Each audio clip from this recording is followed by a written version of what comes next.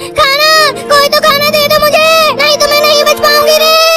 अरे दादा रे, भेड़िया का आइसक्रीम लेके जा रहा है। अरे ओ भेड़िया, सुनना, एक आइसक्रीम मुझे दे देना, मैं भूख के मारे मरी जा रही हूँ। हट बिल्ली कहीं के, ये सब आइसक्रीम मेरे और मेरे बच्चों के लिए है। क्या हुआ बिल्ली, बीमार हो?